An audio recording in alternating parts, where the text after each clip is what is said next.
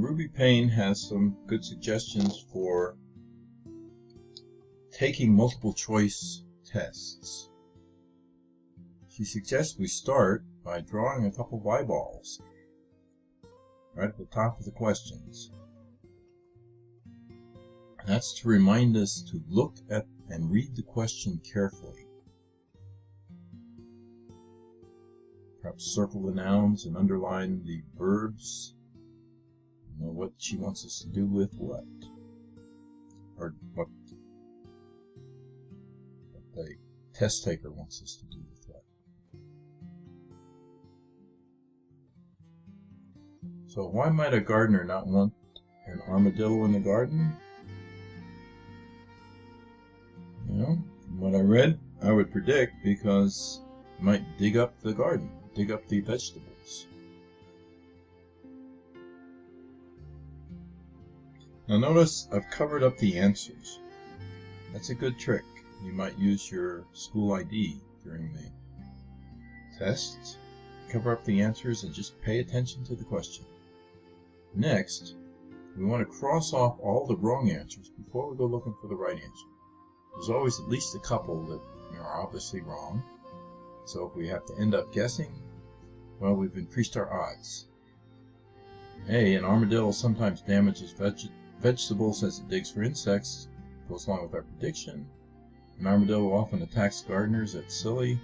An armadillo gives birth in vegetable gardens. Didn't talk about that. Armadillo attracts bugs that damage garden crops. No. So the answer is obviously A. Now let's look at 2. The word extending in this passage means, well, I guess I should go up and look and see how it's being used in what sentence. The armadillo population is growing, and the armadillo is actually extending the range of places where it lives. Now in context, let's say extending means increasing, making larger. Making a prediction is always a good idea. If you uncover the answers then and predictions there, you're bound to be right. So, we have surviving. Well, cross that off. Protecting. No. Restricting. No. Increasing. That was our prediction. Circle that.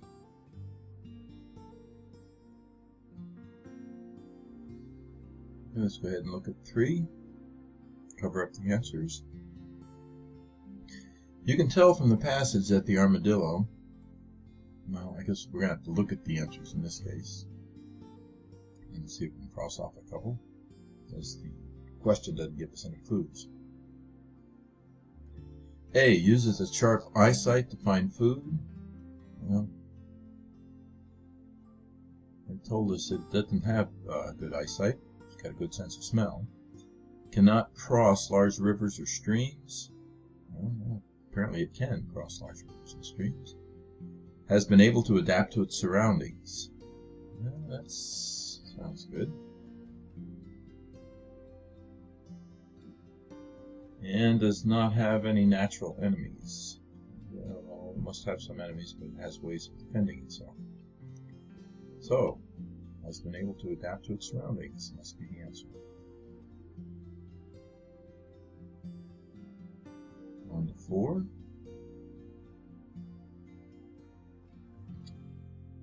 What is the main idea of the second paragraph? Well, let's go up and look at the second paragraph and see if we can figure out what the main idea is.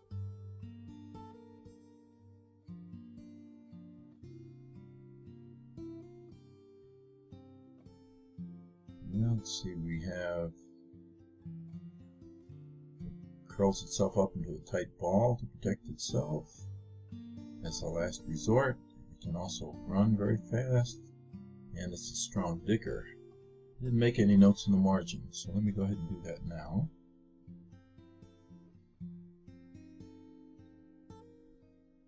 I'm confident the main idea is it has a number of ways of protecting itself from its enemies.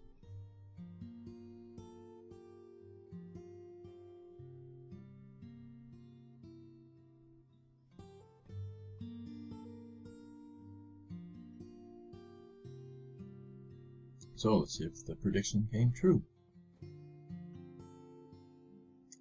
Hey, the armadillo's shell is its only protection against enemies. No, we see he's got 3 different ways of protecting himself.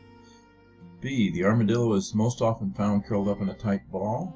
No, it's only a last resort. C, the armadillo has strong claws to dig deep holes.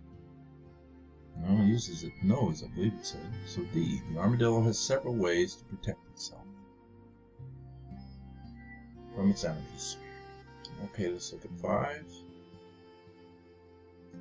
According to the passage, it is likely that in the future the armadillo population will, well, from what I read, it sounds like it's going to continue to grow, continue to increase.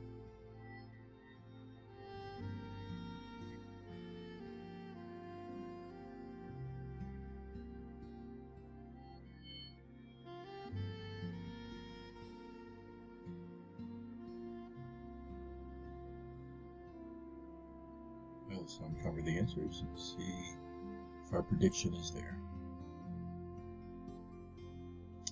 Become extinct? No, just the opposite. Increase in number? That's probably it. Move to colder climates? No, it doesn't like the cold. Develop a softer outer shell? Didn't say anything about that. So, obviously our answer must be B, after crossing off all the obviously wrong answers.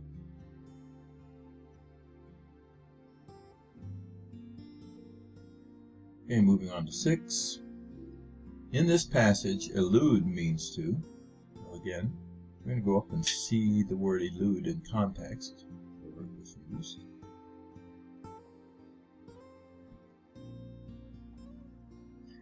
This is response to the last resort, for the armadillo can usually elude its enemies. This means get away from its enemies.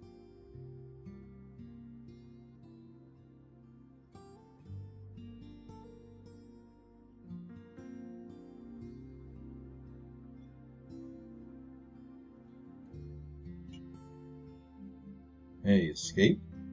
Probably. Kill? No. Fight? No. Doesn't sound like their armadillos were fighters.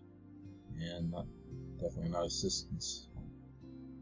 We can cross off 3 of them, which leaves A as our answer. Escape.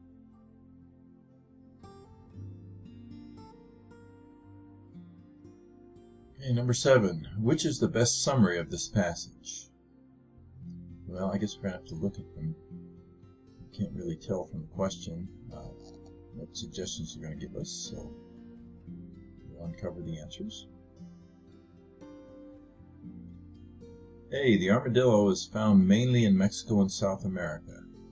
No, it said actually it's been moving north. Texas, Oklahoma, and Louisiana. The armadillo has special characteristics that have helped it survive. Well, sounds like the article. The armadillo has a very unusual diet. Yeah. The armadillo is a relative of some prehistoric animals. Okay, well, so the last 2 are things that were mentioned. But as a summary of the whole article, the armadillo has special characteristics that have helped it survive, would be the answer.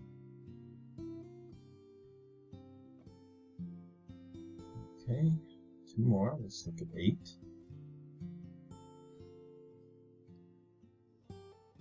In this passage, immense means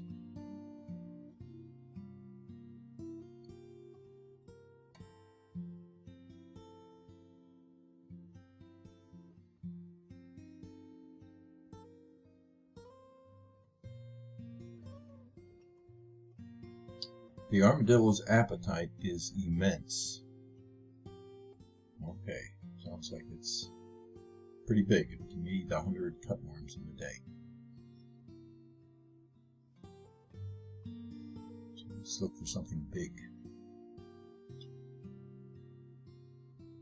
Ancient? No, it's not big. Destructive? No. Enormous? Yes, it's big. Wasteful? No. Different meaning. So we can cross off 3 of them again. And go with C, enormous.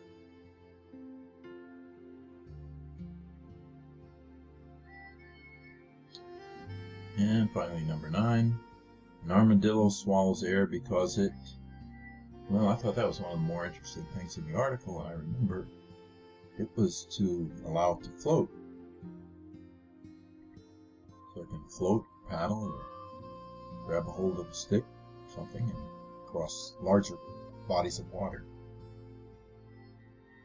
A. Makes a noise that frightens the armadillo's enemies. No, didn't say that. Lets the armadillo eat less food. No, don't pick their own diet. Increases the armadillo's sense of smell. Don't believe so. So D. Helps the armadillo to float.